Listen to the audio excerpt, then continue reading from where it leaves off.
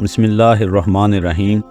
واحد مومن جو جہنم میں رہے گا۔ ایک صحابی نے حضور صلی اللہ علیہ وسلم سے سوال کیا، یا رسول اللہ صلی اللہ علیہ وآلہ وسلم، کیا کوئی ایسا مومن بھی ہے جو جہنم میں رہے گا؟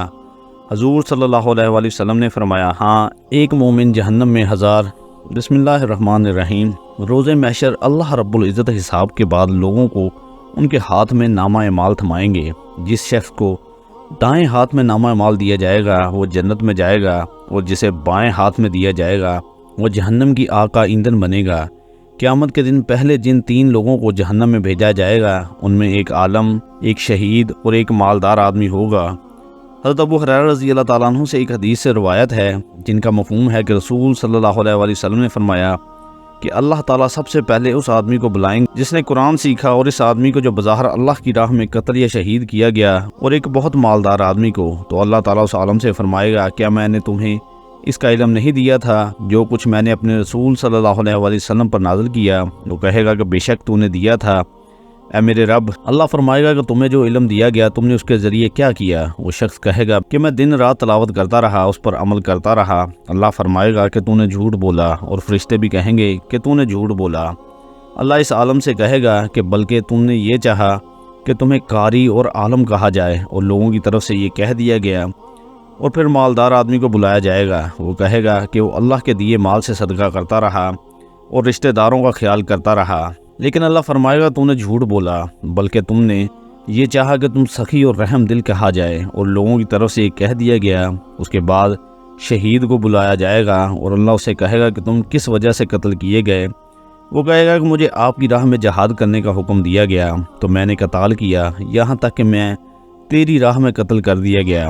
اسے اللہ کہے گا کہ تو نے جھوٹ بولا، بلکہ تم نے یہ چاہا کہ تمہیں بہادر کہا جائے، اور لوگوں کی طرف سے یہ کہہ دیا گیا۔ حضرت ابو ہریرہ رضی اللہ تعالیٰ عنہ فرماتے ہیں کہ اس کے بعد رسول صلی اللہ علیہ وآلہ وسلم نے میرے دونوں گھٹنوں پر اپنے مبارک ہاتھوں سے ضرب لگائی اور ارشاد فرمایا، اے ابو ہریرہ، اللہ کی مخلوق میں سے یہ وہ 3 لوگ ہیں جن سے قیامت والے دن جہنم کی آگ بھڑکائے گا۔ ابو ہریرہ رضی اللہ تعالیٰ عنہ بیان کر رہے ہیں کہ نبی صلی اللہ علیہ وآلہ وسلم نے اپنی امت کو خوشخبری دیتے ہوئے فرمایا، میری امت کے تمام افراد جنت میں جائیں گے۔ یہاں امت سے مراد امت اجابت ہے۔ پھر آپ صلی اللہ علیہ وآلہ وسلم نے اس سے استثناء کرتے ہوئے فرمایا، ما سوا اس کے جس نے انکار کیا، یعنی جس نے اس اطاعت گزاری کو ترک کر کے نافرمانی کی جو جنت میں جانے کا سبب ہے، کیونکہ جس نے کسی چیز کے سبب کو ترک کر دیا جس کے بغیر اس کا وجود ممکن نہیں، در حقیقت وہ انکار کرنے والا ہی ہے۔ یہاں استثناء دراصل تحدید پر مبنی ہے، یا پھر آپ صلی اللہ علیہ وآلہ وسلم نے امت سے مراد امت دعوت لی ہے، اور انکار کرنے والے سے مراد وہ ہوں گے جنہوں نے دین اسلام کو قبول نہ کیا۔ اس پر صحابہ کرام نے سوال کیا کہ اے اللہ کے رسول، انکار کرنے والا کون ہے؟ آپ صلی اللہ علیہ وآلہ وسلم جواب دیتے ہوئے فرمایا، جس نے میری اطاعت کی، یعنی جو کچھ میں لے کر آیا ہوں اسے مان لیا اور اس کا تابع ہو گیا تو وہ جنت میں جائے گا، اور جس نے میری نافرمانی کی، بائیں طور پر اس نے تصدیق نہ کی، پھر ممنوع کاموں کا ارتکاب کیا تو اس نے انکار کیا، یعنی اسے اس کے انکار کی وجہ سے برے انجام کا سامنا ہوگا۔ چنانچہ اس فرمان کی روح سے اگر انکار کرنے والا کافر ہے تو وہ تو بالکل جنت میں نہیں جائے گا، اگر مسلمان ہے تو وہ جہنم کی آگ سے پاک ہونے کے بعد جنت میں جائے گا۔ یہ بھی ہو سکتا ہے کہ اسے معاف کر دیا جائے اور سرے سے عذاب نہ دیا جائے، اگرچہ اس نے ہر طرح کے گناہ ہی کیوں نہ کر رکھے ہوں۔ ابو موسیٰ اشعری رضی اللہ تعالیٰ عنہ سے روایت ہے کہ رسول صلی اللہ علیہ وآلہ وسلم نے فرمایا کہ روز قیامت اللہ ہر مسلمان کے حوالے ایک یہودی یا عیسائی کرے گا اور کہے گا کہ یہ جہنم سے چھٹکارے کے لیے تیرا تاوان ہے۔ ایک دوسری روایت میں ہے کہ قیامت کے دن مسلمانوں میں سے کچھ لوگ پہاڑوں کی مانند گناہ لے کر آئیں گے، اللہ تعالیٰ ان کے یہ گناہ معاف کر دے گا۔ اس حدیث کا مفہوم وہی ہے جو ابو ہریرہ رضی اللہ تعالیٰ عنہ سے مروی حدیث میں ہے کہ ہر کسی کا جنت میں بھی ایک ٹھکانہ ہے اور جہنم میں بھی۔ مومن جب جنت میں جاتا ہے تو جہنم میں اس کی جگہ کافر چلا جاتا ہے، کیونکہ وہ اپنے کفر کی وجہ سے اس کا مستحق ہے۔ فکاک کا معنی یہ ہے کہ تو جہنم میں داخل ہونے والا تھا، اب یہ تیرا تاوان ہے، کیونکہ اللہ تعالیٰ نے جہنم کے لیے لوگوں کو اتنی مقدار متعین کر رکھی ہے جو اسے بھر دے گی۔ جب کافر لوگ اپنے گناہوں اور کفر کی بدولت اس میں جائیں گے تو وہ گویا مسلمانوں کے لیے تاوان بن جائیں گے۔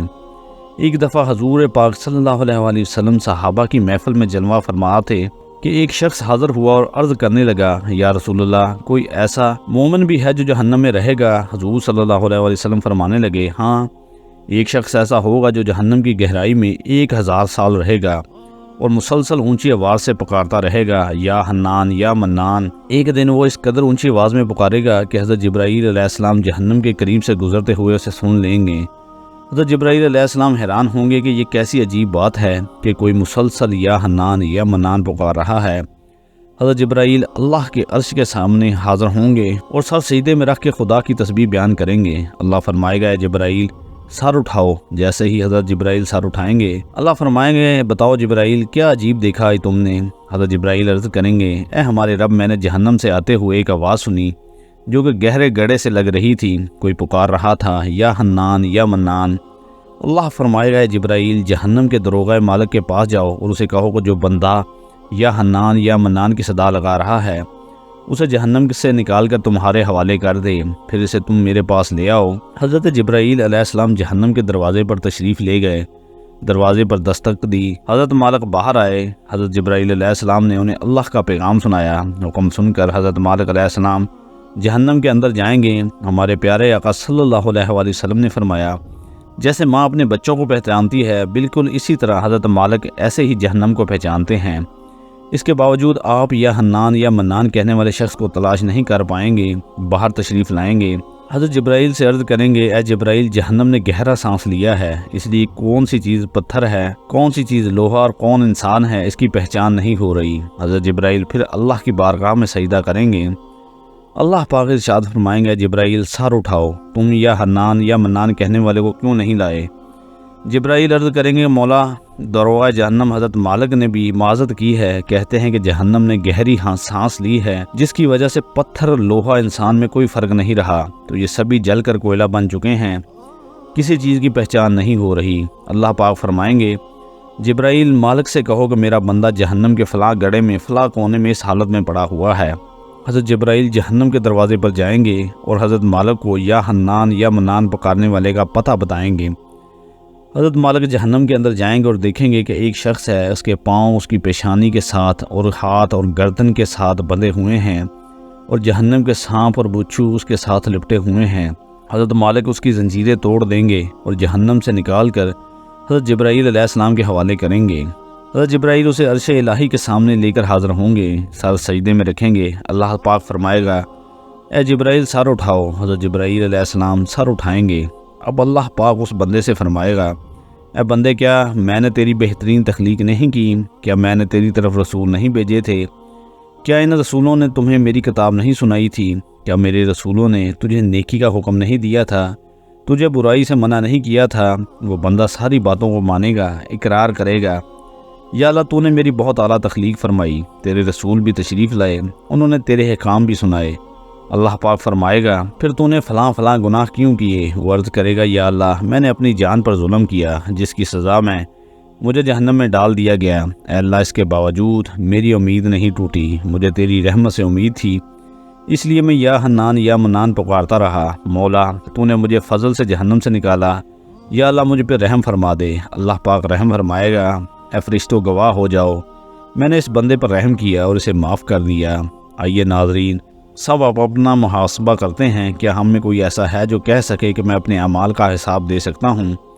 اپنے اپنے گریبانوں میں نظر ڈالیے، کوئی ایسی خوبی یا نیکی جس پر ہمیں یقین ہو کہ ہمیں دوزخ میں نہیں ڈالا جائے گا۔